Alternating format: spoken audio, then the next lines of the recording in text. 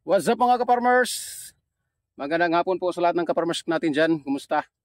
Disclaimer mga idol, na ang mga video ko ay nag-share lang tayo kung ano ang mga ginagamit ko.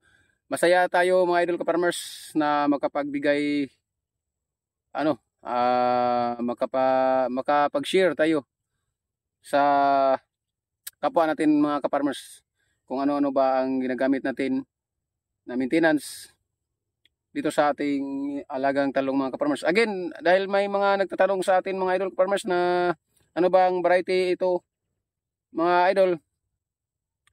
Ito po ay Calixto F1 mga idol ka-farmers. So first time ko pa lang to magtanim ni Calixto mga idol, pero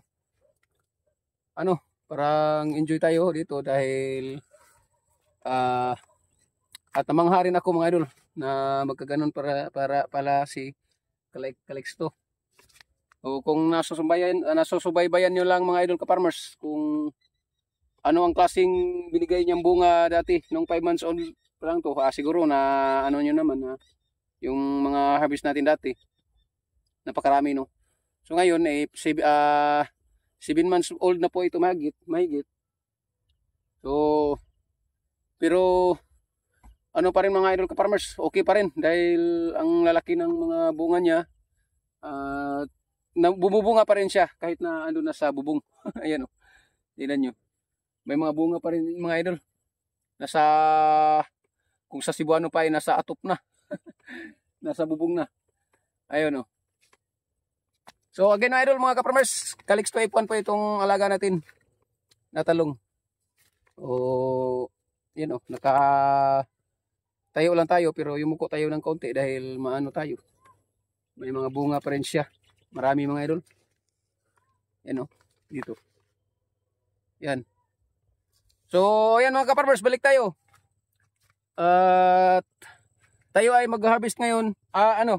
Sorry. Tayo ay mag-spray ngayon. So, share na naman natin kung ano ang gagamitin natin ngayon. So, sa lahat ng mga supporters natin dyan, sumusuporta, abangan nyo talaga palagi ang mga upload nating video mga idol dahil iba-iba talaga ang ginagamit natin sa tuwing mag-spray tayo. So, ayan, kailangan yung abangan. At again mga idol ka-farmers, pwede nyo itong gayahin. Kumbaga, abangan nyo kung ano ang i-upload ko tapos saka rin kayo mag-spray para masundan nyo talaga lahat kung ano ang gina-apply natin sa ating alagang talong. So again, mga idol ka-farmers, disclaimer ay just for sharing.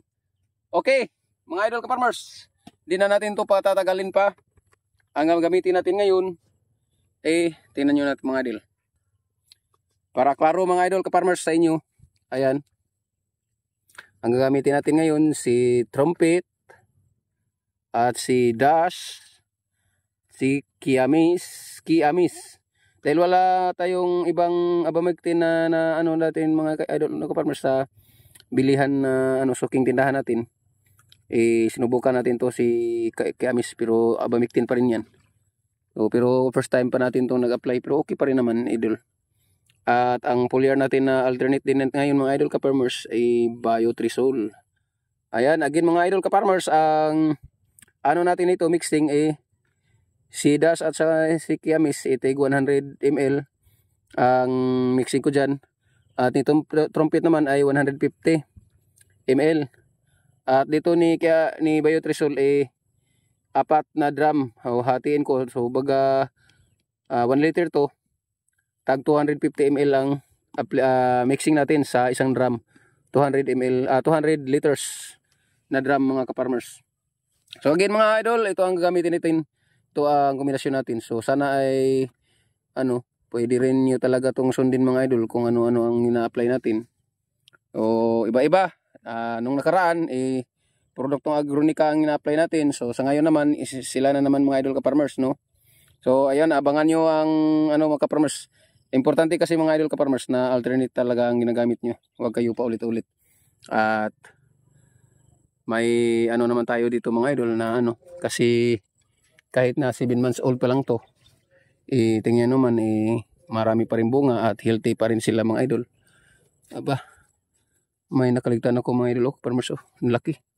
Isa pa sayang yun mga idol. Tingnan nyo. Palaki niyan, napakalaki niyan. Hindi ko na-harvest. So akin tong area na to dahil so kasalanan ko yan na hindi ko na-harvest. Nakaligtaan ko. Sayang yun. Pero okay pa rin, okay lang. So ayan mga idol ka-farmers, ang i-apply natin ngayon, ilang 4 na kombinasyon. So sana ay masundan nyo mga idol. Dahil dito sa bubong mga idol, marami na silang mga bunga. Kapag lumalaki na yan mga idol, sobrang enjoy. Diba? Yan. Sila tayo. Andun pa sa kabila mga idol. Wala dito banda mga idol ka-farmers. Wala pa masyado bunga. May ilan. Pero binabawi dyan sa gitna. Yan, may mga bunga sa gitna mga idol. Tingnan nyo. Di ba?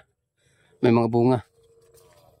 Dito, may mga bunga pa rin.